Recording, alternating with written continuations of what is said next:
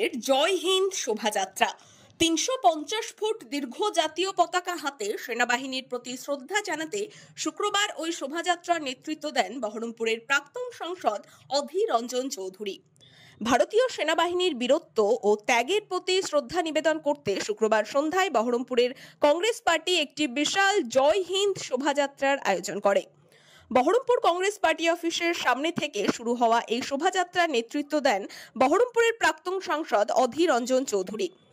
দেশপ্রেম উজ্জীবিত করতে এই শোভাযাত্রার অংশগ্রহণকারীরা প্রায় ৩৫০ ফুট দীর্ঘ জাতীয় পতাকা হাতে শহরের বিভিন্ন প্রান্ত পরিক্রমা করেন। শোভাযাত্রা জুড়ে জয় হিন্দ ও বন্দে মাতারাম স্লোগানে মুখর হয়ে ওঠে বহরমপুর শহর। চলুন সেই শোভাযাত্রা থেকে কি বললেন অধীর চৌধুরী শোনাবো আপনাদের।